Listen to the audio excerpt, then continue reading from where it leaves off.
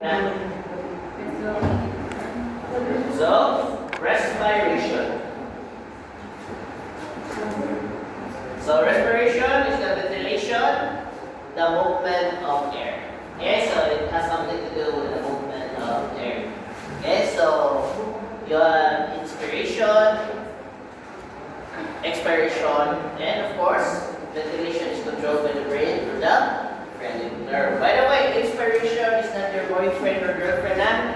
It is the mami pagpuyo. Okay? It is the when air enters the lungs. Okay? And when air exits the lungs, it's called expiration. Okay? So, ventilation is the process by which air is moved into inspiration and out expiration. Alveolar ventilation is a more specific term that refers to the movement of air into and out of the alveoli. Alveoli are the primary site of gas exchange in the lungs, so alveolar ventilation is the critical component of this function. Okay? So, not all types of breathing is an inspiration. Okay? A good example of that is panting. Okay? Panting, di ba? When you say, kita naman tayo ng mga siguro kita dito ng pan. Okay? Sa pagpansero. Saan ito pagpansero? Pabilihan na sa pagpan. Ana, very good. Ana, no. But, it is not necessarily a form of inspiration because panting has a reduced tidal volume. Do you know what tidal volume is? What is tidal air volume? Amount of air in one cycle. Meaning, yes, the amount of air that enters in one cycle. For panting, even though pas-pas ang cycle, it has almost the same amount of tidal volume. Meaning, no excess amount of air is entering into the respiratory system. Okay? So, panting is a mechanism to dissipate heat. Panting is characterized by increased ventilatory rate, but with reduced tidal air volume or the amount of air that enters the lungs in one side. Alveolar ventilation increases minimally in panting animals because the increase in air movement is primarily in the upper airways that are not sites of gas exchange. So those areas that are not sites of gas exchange are called your dead space, dead air space. Okay? Specifically, when we're talking about the upper respiratory system, that is called anatomical dead air space. Meaning there are no anatomical structures that allow gas exchange in that area. Your alveoli are found lower to the lungs. By the way, did I record? Very good. Okay. As described earlier, there is no physical connection between, guys, masayog na siya. Nasaan na siya. Okay, so this is the lungs of an animal during inspiration and expiration. Okay? So, hindi na natin ako na-explain na here, don't worry. Okay? Inspiration requires ATP and energy, so it is an active process. Okay? The muscles of around the lungs contract and elongate, causing a decrease in the intrathoracic pressure. Okay? Next, the decrease in pressure causes air to rush into the and stabilize the air pressure. Muscle involved are the diaphragm and the external intercostal muscle. So always remember, students, if it's inspiration, it's intercostal muscle involved will always be X, meaning opposite yun na sila. So, expiration, so always be in. Okay, so take note of that, pwede mo maglibog. Very easy to confuse those two. Okay? And don't have any Morse code apart. I can make 5 Morse codes out of those 2 slides. Okay? So, dapat mastery mo, ha? By the way, sa mga bag mo, mag-Morse code na next week, ha?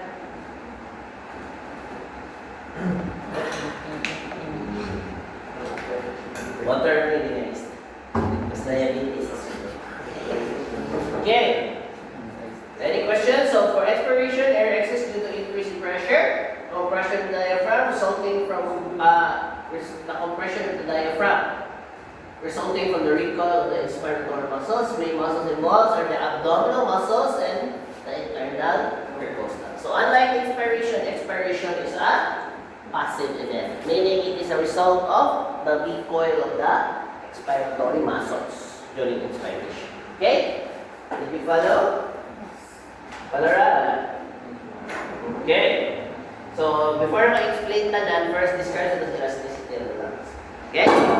At FCR, the slight atmospheric pressure in the pleural cavity keeps the lungs inflated. By the way, as much as possible, the inside of your lungs should have negative pressure. Okay? As much as possible, the lungs at a given moment should have negative pressure. Because without negative pressure, your lungs will collapse, a condition known as atelectasis. Okay? So, any questions so far? So, it's stated here that the lungs is actually very stretchable. Okay? Or elastic. Elastic. Okay? So, take note, the lungs are elastic. Is it a plastic bag there? Alam mo, plastic bag? Oh, very good. Okay. Watch now Phil explain the respiratory system using a plastic bag. Oh, may shoes in front. Ganyan din Anyway, so, going back. So now, how does inspiration work? Okay?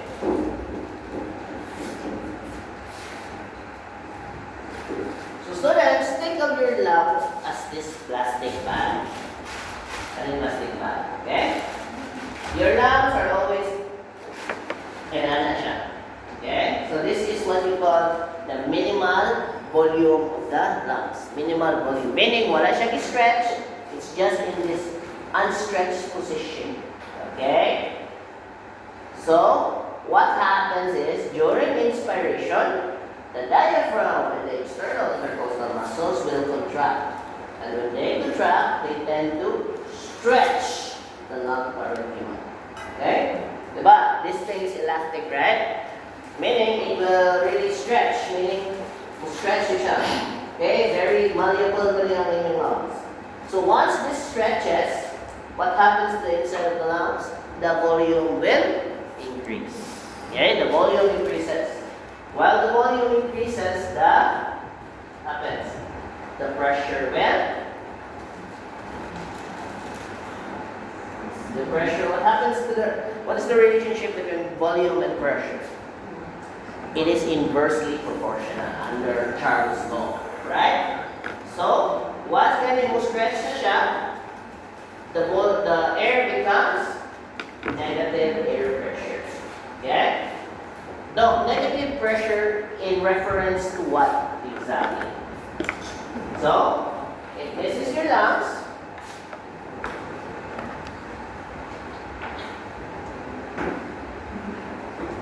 if that is your lungs, then negative air pressure siya.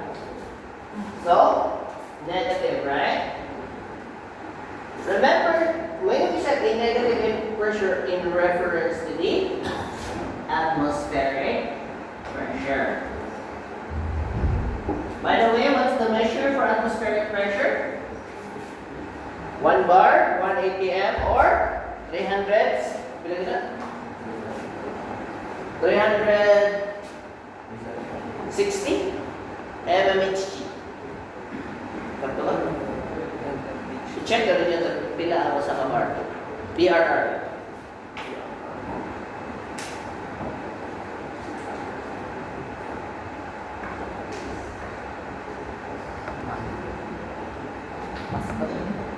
Pila man? 180 m. 180. By the way, APM is 1 atmospheric pressure.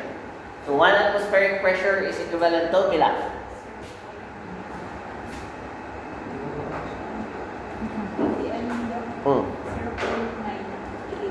mmHg? Oh, 760. Oh. 760. mmHg. Very good. So, 760. around 760 mmHg. Okay, or 1 atmospheric pressure. So, that 1 atmospheric pressure. So, once ganyan mo stretch siya, what happens? The volume will increase. I-stretch mo nimo. The volume will increase, the pressure will decrease. To a point that it becomes negative or less compared to that of the atmosphere. Okay? So now what happens? the atmosphere, air follows a certain gradient called the pressure gradient. Okay? It states that air moves from an area of high pressure towards an area of low pressure. Okay? Again, air moves using the pressure gradient. Okay? Mauna, it moves from an area of high pressure to low pressure. Okay? That is why students sa Baguio, low pressure din ang natayan. Yan naman. If you live here, and there is a low pressure area in your house, all the air coming from the other area will go into your house. That is why, that's how mga Baguio work. One, monitor sila sa low pressure because the air will move towards the area of low pressure. Same with your lungs. Your lungs will follow an area of low pressure. Once there is low pressure in your area, so all the air will rush to that area.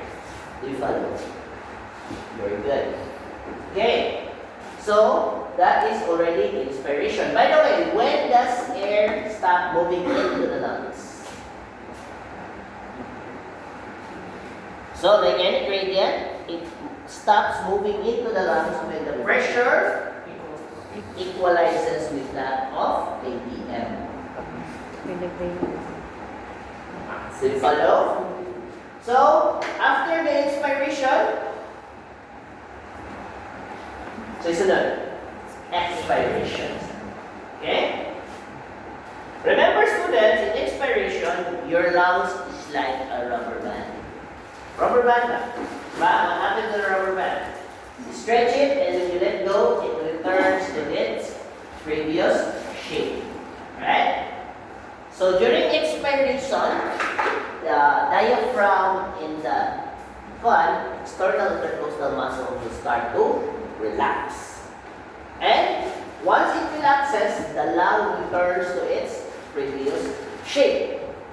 And also, it is brought about by the contraction of the abdominal and intercostal muscles. Together with that, it will compress the lungs. Once the lungs is compressed, volume, what happens to the volume? It decreases. With a decrease in volume, the pressure will increase. So an increase in pressure here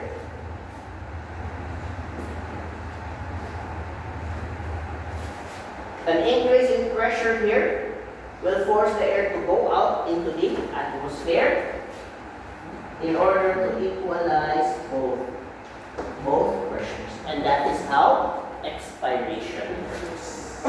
But in order to maintain the inflation of the lungs, kung saan ito dapat ang pressure all the time doing?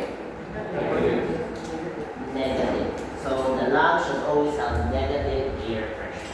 That is why students, we do not do thoracic surgery on animals in Teresa, Philippines, because we still don't have a way to equalize the pressure or to create the negative pressure during surgery. Okay, hindi mo nang ablihan ng animal dito, its lungs will collapse. Because what happens man? Just think of it as this balloon. Okay?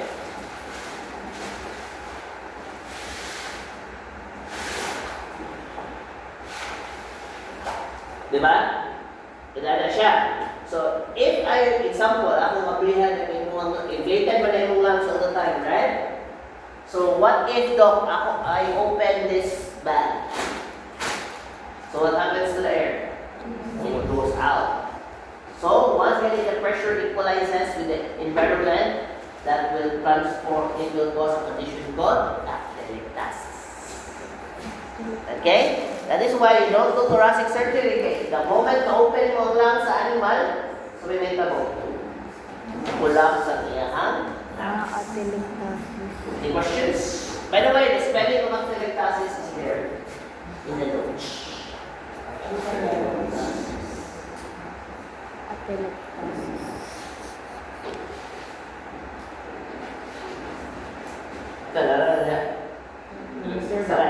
Elasticity ito. surface tension. Okay na? No questions? Nakuha na ninyo, inspiration. Basta ito dapat, negative air pressure. By the way, in order to maintain negative air pressure, a certain amount of air is left inside the lung. That is called your residual air. Okay? Sorry. Okay. Sad because of plastic there. Okay? So next is surface tension. Okay? So surface tension in the air, spaces were simply lined with water. So we all know that your lungs are lined with epithelium, right? Epithelium. Diba? The surface of the lungs, the surface of the alveoli are lined with epithelium.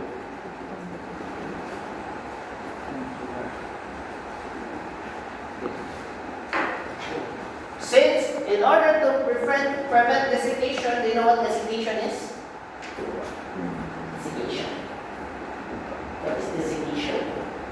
Desiccated component. So to prevent drying of the epithelium, your alveoli are lined with, the surface of alveoli are lined with water. Okay? The problem with that water is, water also exerts something called surface tension. Okay? Do you know what surface tension is? It is the force exerted on the surface by the water molecules. Okay? And surface tension can be very strong. Okay? The problem with that surface tension, if this is the lining of your epithelium, and there is water in its lining, it will exert a force towards this direction. Again, Mr. Mendez, it will climb. It will climb towards this direction. And the air, there is air there. Once that air will try to enter the lungs. Unfortunately, it is being repelled by the surface tension of the fluid on the surface of the lung tissue. Because of that, you need something to reduce this force. And that is where your surfactants will come in. Okay? So surfactant. Surfactants are surface active substances for which water molecules have lesser attraction. So, lesser attraction sila, meaning they are oily. Diba? A good example of surfactants and detergents are your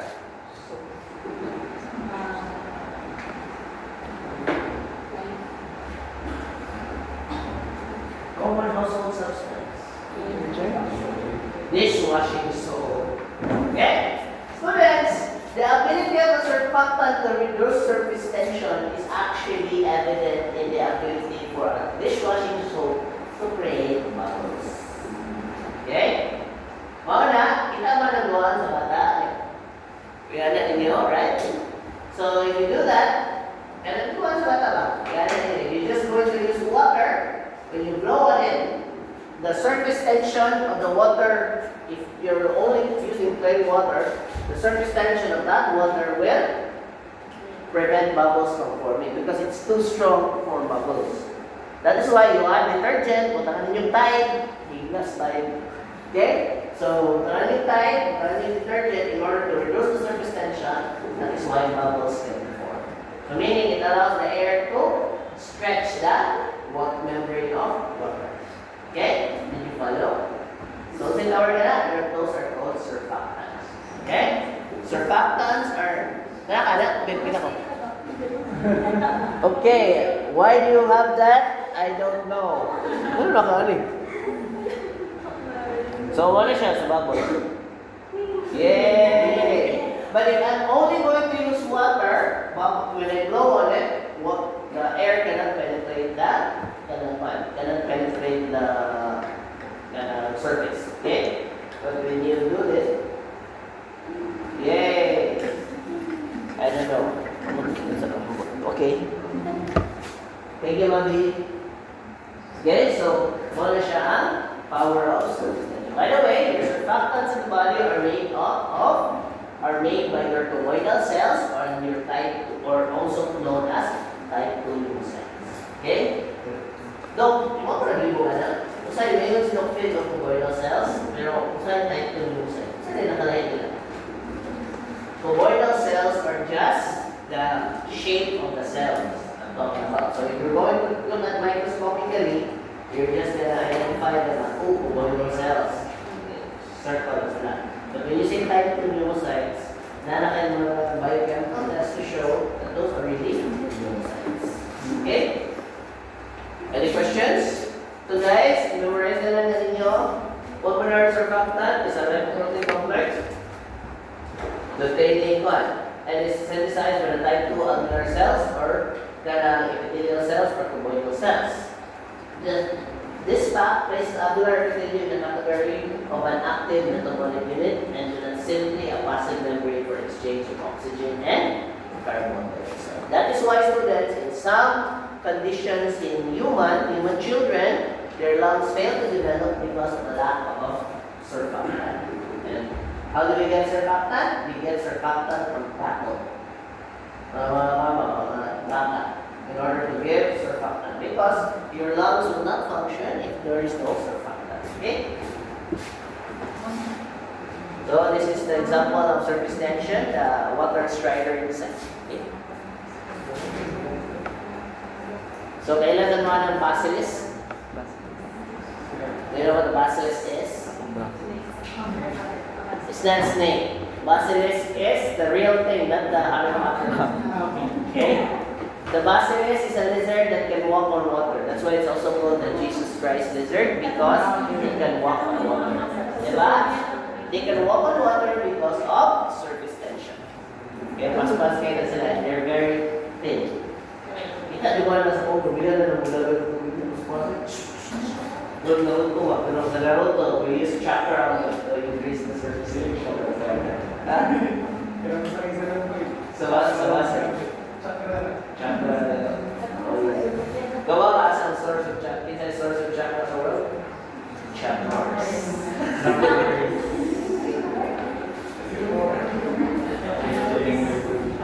Diba?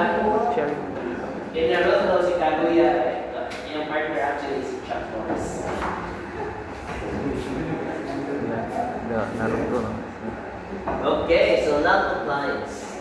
Lung compliance is the measure of the stability of the lungs and is determined by the measure of lung volume. Like I said, in order to breathe normally, your lungs need to expand and to stretch.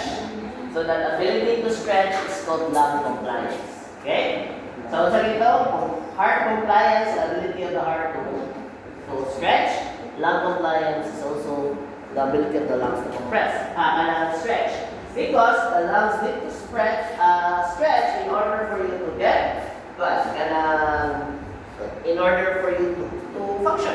Okay? To create the dynamic pressure needed to allow air to enter. Okay? The tissue of the lungs must be more rigid and less distensible for certain abnormalities may have further reduced the expansibility of the core. So a good example of conditions that does not allow your lungs to comply or to stretch is your fibrosis of the lungs. Okay, so when you are having usually common condition guys in people who smoke a lot. Okay, because when you smoke food a lot, you are allowing hot vapor to enter your lungs, right? That will injure your lungs and cause decrease in stretchability of your lungs. Less stretchability, less oxygen. Okay? That is why if athletes smoke, athlete, very good. Huh? That is why your coaches will never allow you to smoke. Because if you smoke, it will decrease it will cause conditions where the lungs will have decreased elasticity. Once ganit mo decrease now, of course, your performance will be greatly hindered. Yeah? Same again na, the thought of having hot vapor into your lungs will make you weaken. Okay? So also sa students, kanang distensibility of the lungs is also some of the reasons why you You cannot suddenly run a marathon. Okay, when you say, pilihan mo ni Baga ni Manny Pacquiao, but Manny Pacquiao has higher stamina than me. It is because of his ability of his lungs to withstand. Okay? Muna, so my best exercise to increase, to usa ka imong stamina or hangin? Cardio. Cardio, it's actually swimming. Ano man? Swimming ni mo, swim water before you swim. Wala. Kailangan nyo rin mo mamulan magbubab sa mo. Tawag mo bubab? Sana, muana mo yung long bubble sa water. Para, ang point ala is to allow mo expand yung lungs. Ha? Pag-stretch ka sa lungs. Okay, nga naman. Once getting mo go under na mo, the water will actually compress your lungs. Okay, mga na, before mo buwan, stretch na mo dahil mong lungs, then buwan mo sa ilalong. Okay? Although, ay, nasa mo pag-free drive, hindi mo kabao ha. Ako sa doon, sa mo kabao mo. Yogi style mo. Run front. Okay? So, any questions so far? Are there any questions?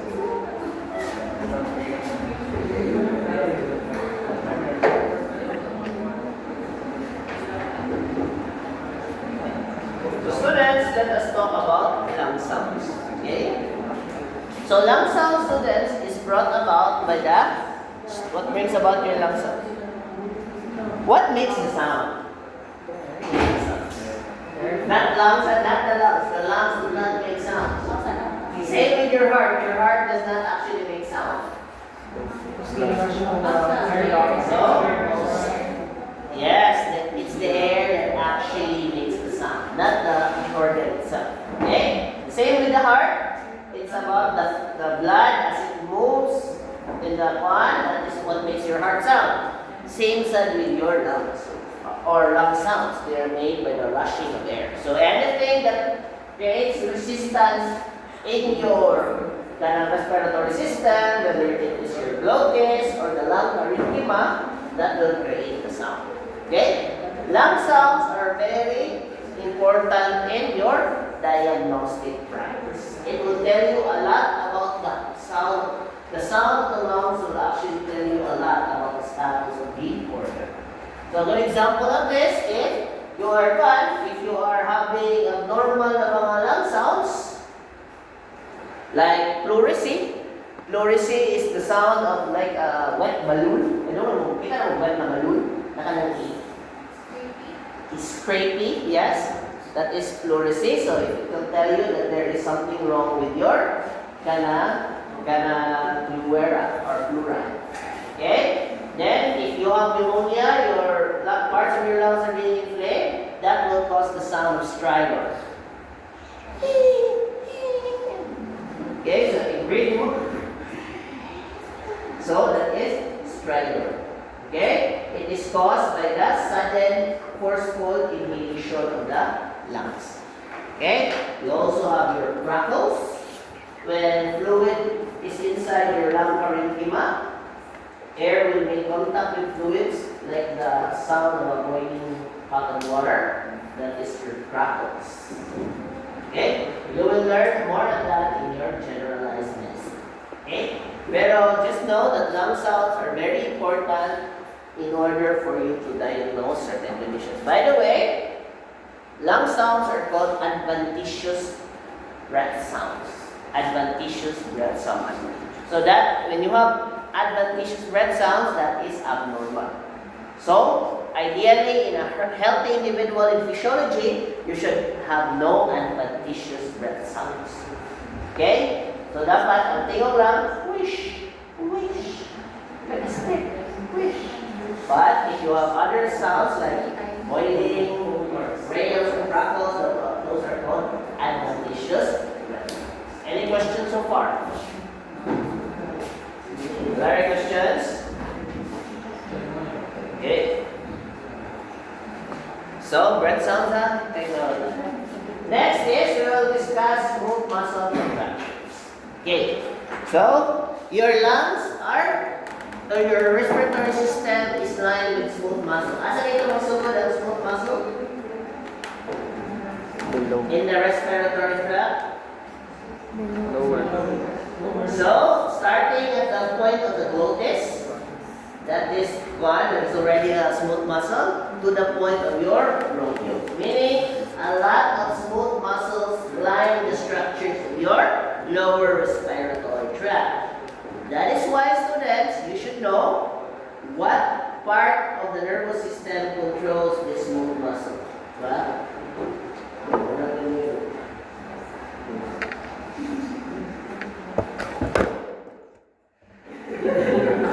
So, what part of your respiratory system, what part of your nervous system controls the smooth muscle? Right there. Parasympathetic is just a part of that part of the nervous system. Wait, Autonomic. division of the nervous system. Autonomic nervous system. Very good, the autonomic nervous system. Okay? So, the autonomic nervous system, when it comes to the sympathetic part, that is controlled by what receptor? The beta 2 adrenergic receptor. Okay? So, there is smooth muscles in the walls of the airway from the trachea to the alveolar ducts. In the trachea, it forms the trachealis muscle, which connects the ends of the tracheal cartilage. In the bronchi and the bronchioles, smooth muscle encircle the airway. Meaning, the smooth muscle in your airway are responsible for the diameter of its lumen. Okay? Do you know what is lumen? Ang silingan do, chismusa do, marites si lumen. No. The lumen is the opening. Okay? So, the job of those smooth muscles is to control the opening of your trachea, bronchi, and bronchial structures. Smooth muscles regulates airway diameter in response to neural and other stimuli. The parasympathetic nervous system supplies airway smooth muscles through the vagus nerve. So, if your lungs have beta 2 adrenergic receptors, the equivalent of that is your vagal nerve. Okay? That is why, students, if ever any anxious an animal, grabe siya respiration, you can do a vagal massage. Para makinay niya kanang heart o niya respiratory system. Okay? Just don't do that on sleeping animal. Okay, nga naman, hinay na lang heart rate, yung may nga na anak. Kanang doon. Like one time, na-discuss ko yan sa nursing. Like, doon. Ingat na mo teacher na, you can do carotid massage, vagal massage, para mahina yan yung heart rate. Iya sa vagal massage, yung pang-dos niya. Kahina na kaya yung heart rate. Okay, so don't do that. So, it's parasympathetic mo doon. So, when you stimulate the vagus nerve sa tao, I don't stop that people, baka pumutulog. Actually, mo activate ang parasympathetic, so you will get parasympathetic na results. Okay? So, acetylcholine binds to the muscarinic receptors in the airway, smooth muscle leading to muscle contraction, which narrows the trachea, bronchi, and bronchioles, a phenomenon known as bronchoconstriction or bronchospasm. Spasm. Okay? Any questions? So, Rosa? Sige, mag-stop na tayo. 11. Last one? Okay, last na lang airflow, ha? Airway smooth muscle contract in response to many inflammatory mediators. So, for the other things that cause bronchoconstriction or bronchospasm aside from acetylcholine from the parasympathetic nervous system, it can also be caused by certain inflammatory mediators such as your histamine, your interleukin or leukotrienes, so they might cause inflammation or constriction of the airway. Okay? Una, yung mga allergy mo, hindi ka mo pasayan, gano'n, baka ka na. ginawa. Because those vasoactive substances may cause airway obstruction or constriction. Example, shrimp, crab, something like mga allergies there. Nuts, right? Kita mo itong sa The Boys, si Black Noir, kanon ng nuts, mabili na siya. Diba? So, kaya siya, it's because of vasoactive substances. Most of that when you are having asthma. Diba? Sino ba ito din? Oh, so, when you are asthmatic, kung ginawa ka, normally dapat. But when the asthma is triggered, it forces pro-inflammatory chemicals, especially the leukotrienes. It will cause obstruction of the airway. One will constrict ang ilang mga bronchioles and mag-isod sila ginawa. Okay? So, most of that, giving the unique sound during asthma. So, yung unique sound during asthma, that's called wheezing. So, wheezing. Okay? So, any questions so far? So, saan ito yung drug of choice for what? Bronchoconstriction? Drug of choice. Daily emergency drug. So, how can you reverse bronchoconstriction? So, mostly, the ideal medication you should use are your bronchodilators. Okay? Bronchodilators. So, the bronchodilators will it antagonize or it will agonist? Agonist to what? Wala, nilibog na. Bronchodilators will antagonize or agonist? It is an agonist. It's a beta-2 agonist. It will activate the beta-2 receptors, causing dilation of the airway, where it gets bronchodilation. Uy, ito for Kani pempeta to. Separ para. Pempeta to. Okay, so,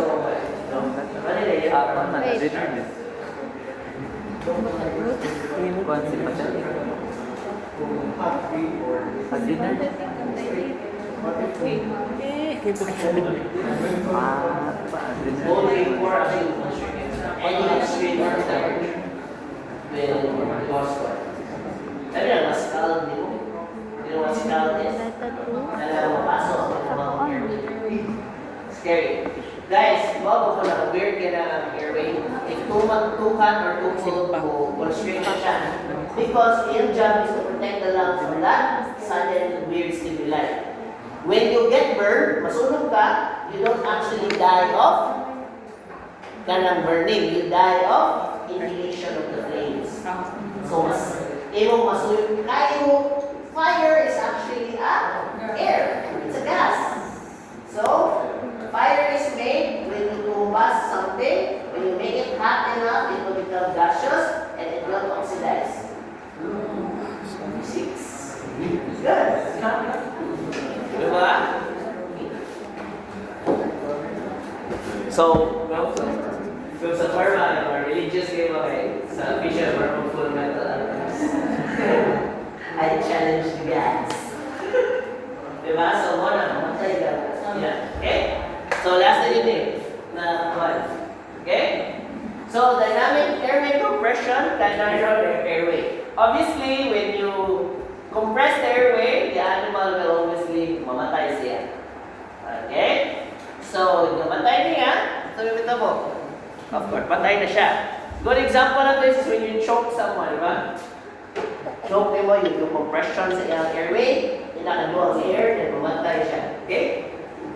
So, sabi yung choke holds. Okay?